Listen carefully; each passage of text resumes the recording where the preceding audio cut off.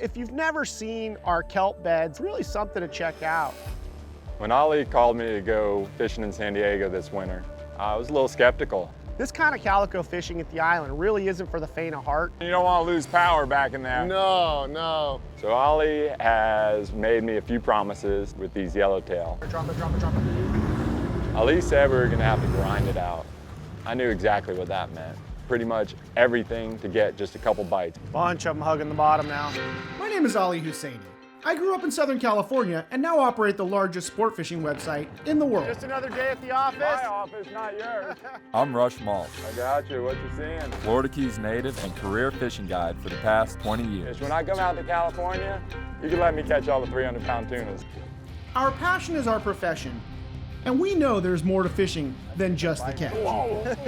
We explore the people, places, and species that make up the culture of fishing.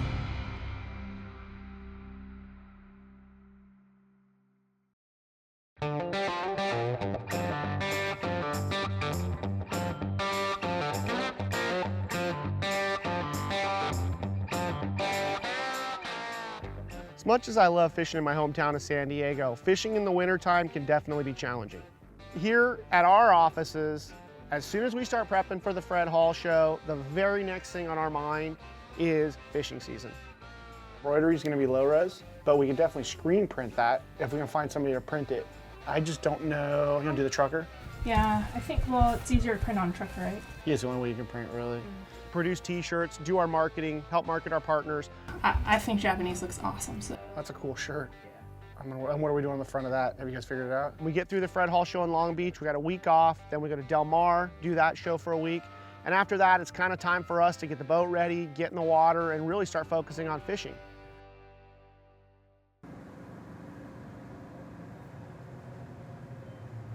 Rush and I both had a little downtime this winter, and we want to try to bring him out our way and see if we can make a little winter magic. Thanks to the El Nino, we've had warmer than average water temperatures. We've had a lot of bait in the water, and we had a yellowtail bite that's really been going on for a couple years now. During the winter, you're not going to have that steady month and a half long of the fish biting. It's going to be more of a week-to-week type thing. But given the opportunity, we had the time, we were going to go give it a shot.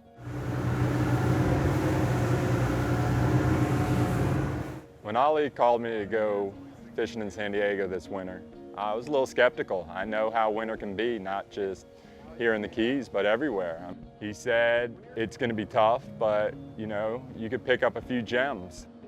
I'm really stoked because last time Rush came out, we saw, it was springtime yellowtail fishing, we saw 1 million fish, 10,000 fish, get up there. But unfortunately, when they first move into town like that, a lot of times they're locked in on micro baits, and that was the case. We were unfortunately only able to catch a couple of them. Well, a little example of kind of our bread and butter game fish here. So with Rush in town, during the winter, there was a couple things on tap. One would be in the Calicos, the other being Yellowtail. So we decided to join a buddy of mine, Matt Moyer, take a ride out to San Clemente Island, have him show us how he catches Calicos at that island. So what is the technique to cast them? Just thumb pressure. thumb pressure? My buddy Matt is what I would call a bass dork. No, you want to hang a little bit, yeah, about a foot. Right. Yeah. This guy's got the jersey, the bass boat, the whole deal. We go bass fishing at the island, I have to limit him to 5 rods and I'm not joking, 20 boxes of lures. And you can reel it steady fast? Yeah, like with this one's kind of a jerk bait, so I'll Jerk reel, it and stop. stop. Yeah, like we fast. we do a lot of jig fishing back home. Yeah. So we'll do the same thing. I fished my whole life since I was a little boy, and one fishery I've never got into is bass fishing. I really never understood it. I'd see it on TV, and I'd see all these guys in their fancy wrap boats doing 80 miles an hour in their jerseys and all that, and they're catching 2-3 pound fish and getting all hopped up about it. It really didn't make sense to me coming from the fishery that I come from. Pound for pound for what they are, and you'll see, I mean, they're just tenacious, dude. They're just fun fish to fish for because you're constantly busy and you're doing something. All day long. Yeah. They're like up and down. Right there under that bird pile. See the busts?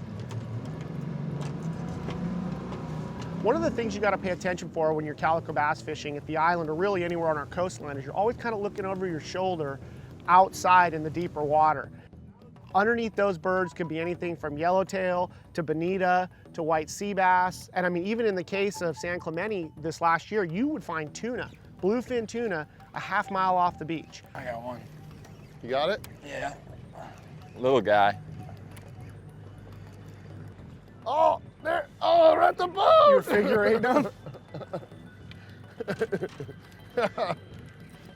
So it's always worth investigating. We're always gonna have that jig stick ready to go with a surface iron for anything that pops up and get a lure in front of them and see what it is. Oh, right at the boat. Bonita. Right at the boat.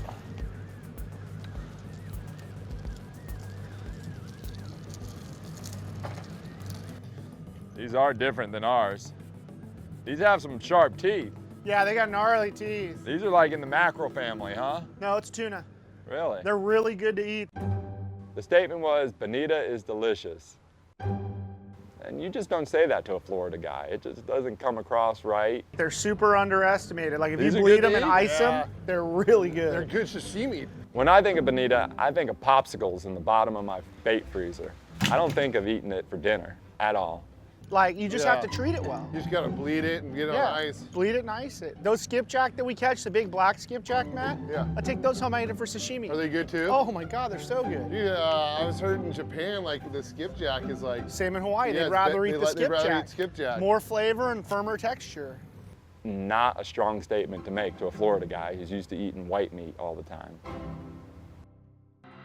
Local knowledge is brought to you by Andros Boatworks. Adventure never ends. The Florida Keys and Key West, come as you are. And bdoutdoors.com. Reel down to the water until it's rip and drag.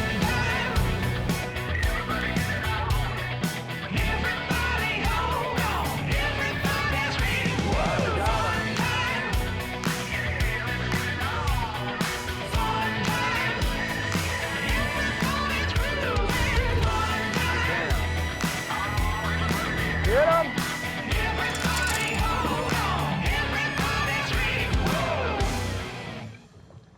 We're just getting started. We lost a day getting ready to go.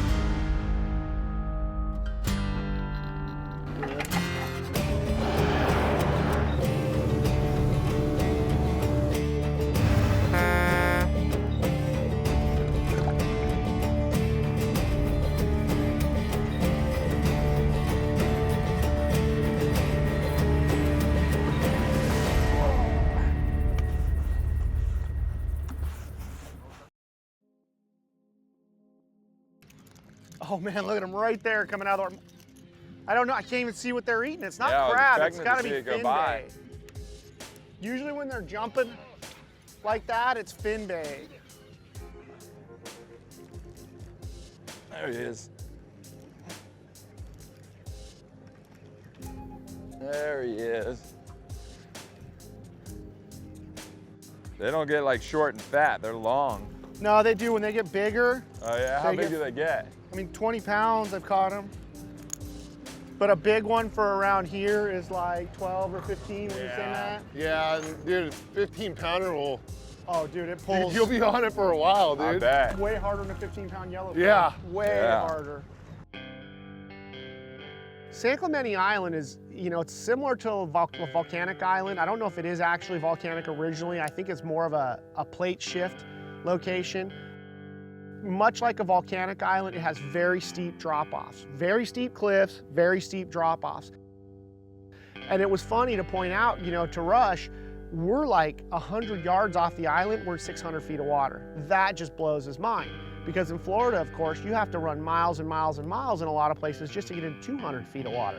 So it's a really unique spot, and it's that, you know, quick upwelling that drives the bait up against the island and brings the life to the island and makes it such a unique spot.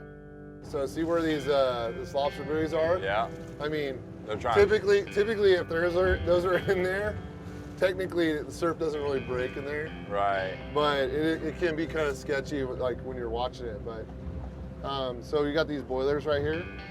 So you'll want to, like, here, I'm going to stay on the main, start casting. I'm going to put you as close as I can without killing us. When I say sit down, sit down. There's a couple pieces of structure you're generally going to fish when you're chasing calicos at the island. It's mainly rocks and kelp. Got a lot of this really volcanic looking rocky structure, and the calicos love to be in the wash or the whitewater because it upwells the food, it mixes things up, it gets those little crabs off the bottom, which is a favorite bait for calico. I can imagine you don't want to lose power back in there. No, no. This kind of calico fishing at the island really isn't for the faint of heart. You're basically in the business of fishing kelp tight to the island and boiler rocks. Just remember, the foam is home. Actually getting into throwing these things. Winter fishing for us is always kind of hit or miss, but you will get these high pressure periods where you get a stretch of a couple of weeks of really good fishing. Nobody's home. Last time I was here, this area didn't bite. I just want to give it a little look-see. Before bringing Rush out, you know, we talked to people that have been bass fishing at the island. All the reports were positive. It wasn't obviously wide open due to the time of year. Oh, I just got bit. Dude, it always amazes me when they miss. The trebles, I know. Yeah, like you got 6 hooks going and they miss it. Bites don't last forever, and for any number of reasons, by the time we got out there, it had just slowed down. Got one. He followed it all the way out from the rocks. How was that strike? Kind of soft. Really? Yeah, well, he ate it right by the boat. Oh, usually they crush it. He's gonna pick a rutch in his first calico.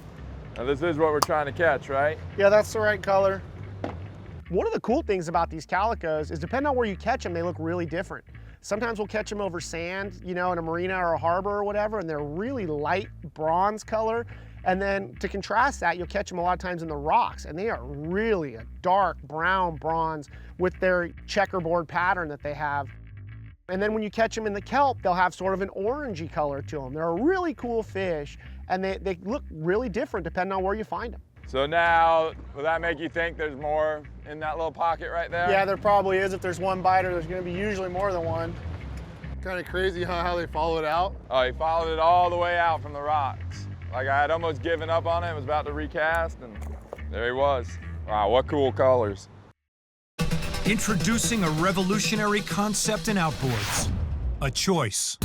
Now with the Evinrude E-Tech G2, you can choose unrivaled performance, superior fuel economy, and the cleanest combustion outboard on the planet. Choose from hundreds of color combinations to perfectly match your boat. And choose 5 years or 500 hours with no dealer scheduled maintenance. Experience the power of choice at ChooseYourEtech.com. It's been said that a bad day of fishing is better than a good day at the office. But down here in the Florida Keys, we have to disagree. Because with over 200 of the world's best charter boat captains and guides, there's no such thing as a bad day of fishing. The Florida Keys and Key West. Local knowledge is brought to you by Mustad Hooks, defining fishing hooks since 1877. AFTCO, the American Fishing Tackle Company. Costa, see what's out there. And by Casa Vieja Lodge. Experience 5-star angling in tropical Guatemala.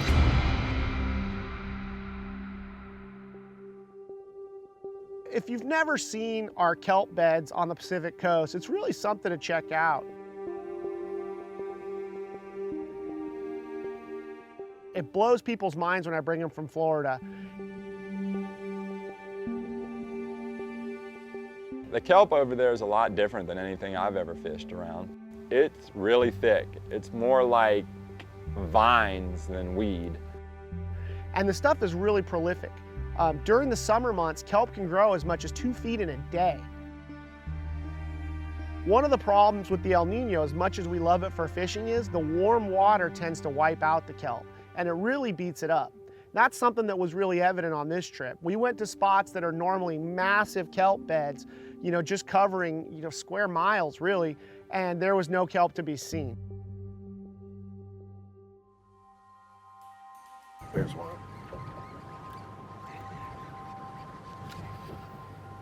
There he is. Baby. Little guy, huh? Yeah, he's baby.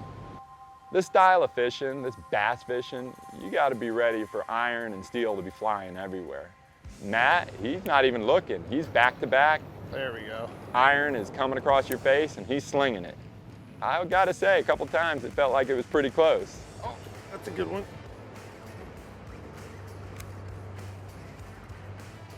That's a better fish. A little better. There you go. Well, I'll figure out what they want.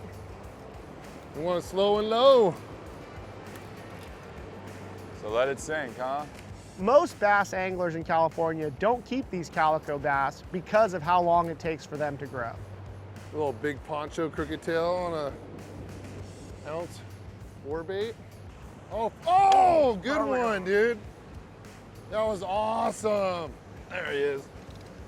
Did you see that? I didn't see it. That was sick. Just felt it. Woo! Oh! Followed it all the way to the boat, huh? Yep. Look at that one. That one's totally a different color. The legal calico bass used to be 12 inches in California. They recently raised that to 14 inches. They're a really slow fish to grow.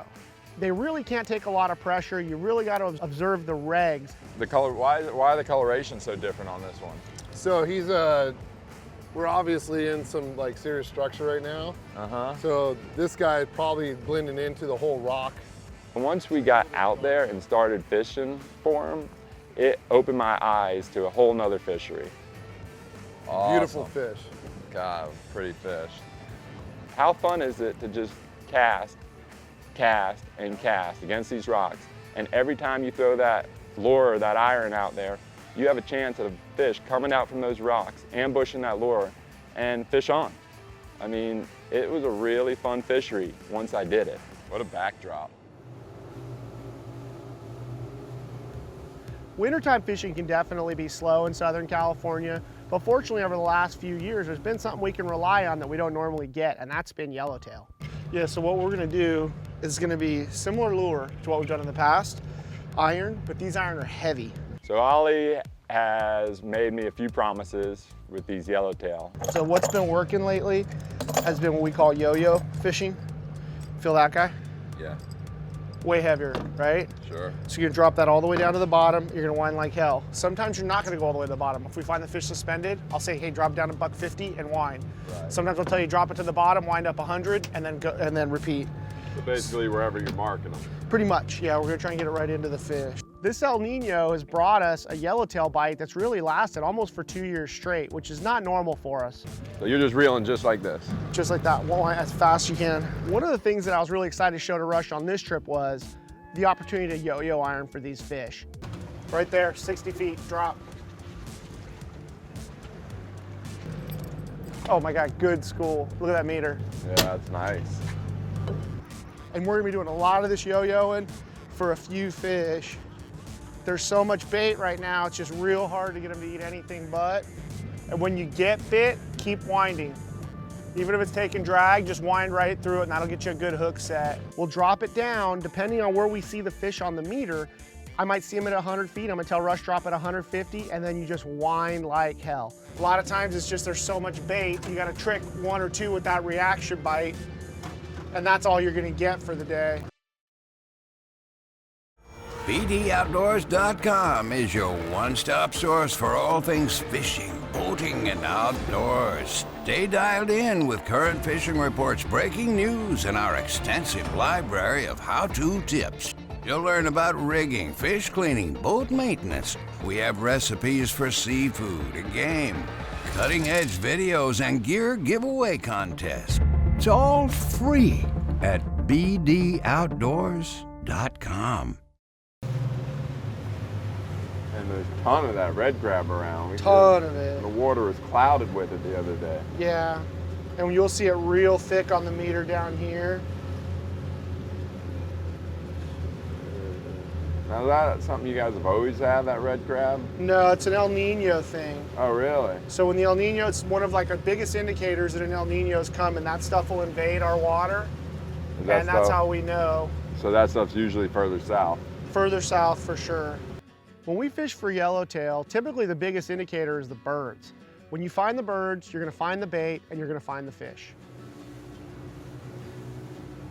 So this season, with the appearance of the red crab, the birds have kind of gone out the window, and it's enough to drive you insane. Huh. I can find the fish very reliably underneath the birds. Makes no sense at all to me, but normally the fish are pushing the bait to the surface and the birds are hanging around looking for that free lunch. In the case of the red crab, the currents are pushing them to the surface, or they're propelling themselves to the surface, and the birds are all over them. So basically what you're gonna get is a bunch of false indicators, and you're kind of wasting your time chasing them around. These red crab are really cool. Have you ever heard of a langostino lobster? Yeah. It's a red crab. Right. It's a pelagic red crab, and they look just like a tiny crawdad. And I mean, I've eaten them before, they're good. They're definitely not like lobster, but how big will they get? man, I think the biggest ones I've ever seen have been about that big without the claws. You know, size of a good crawdad. Little tiny guys. Yeah, they don't get very big.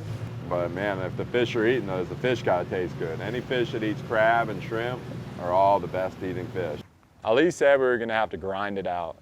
I knew exactly what that meant. All the way down? Yeah, it's just off the bottom. That meant we're gonna be trying everything in the tackle box. We're gonna be running and gunning, moving. Right there, drop it, drop it, drop it. And sometimes when we run it over like that, cast off the back of the boat. Everything to get just a couple bites all day. Bunch of them hugging the bottom now. So just come 50 feet off the bottom and let it go right back just to maximize your time in the zone, you know? Hard to believe you can't draw a bite out of that. If there's one constant in fishing, it's that fish are unreliable. You change a couple of factors, bait in the water, the moon phase, whatever, and you can go from a hot bite to no bite. And unfortunately, that's what happened to us here. Not even a sniff. I was really excited to get Rush out fishing my way. I wanted to show them what these winter yellowtail are like. They're generally bigger fish, they pull harder. Looks like one of our rose fish. Oh, you put a butterfly jig on. Yeah, I went to a butterfly jig. Did you see what that fish just spit out, Rush? Look in the water. Red crab. Yes, sir. We've all heard it. You should have been here yesterday. Oh, the moon sucks, tides aren't right. Insert your crappy excuse. But at the end of the day, it's fishing and it's not always biting. We worked our tails off to get the bite. It never happened. But you know what? Who cares? I was fishing. I've got something on here that is so small, it's gonna be worth a laugh. If that, maybe my jig's crossed up. Keychain cod. I was out with my buddies having a good time. I was trying. Got him right in the moneymaker too. Well, life has come full circle now. It's not always gonna be a hero day. Go ahead and make a clean release on that guy. But you go out there enough, you're gonna get the payoff. Man, I don't know what to tell you. We fished our balls off and it's looking like we're gonna get skunked. I don't know what to tell you. You know, in Rush's couple of trips out our way, we struck out, honestly. We haven't really been able to show them what a great San Diego bite looks like, but I think we'll get him back out here this summer and he can enjoy some of that fishing that really put San Diego on the map. Some days it's just like that. I mean, some days you're the bug and some days you're the windshield.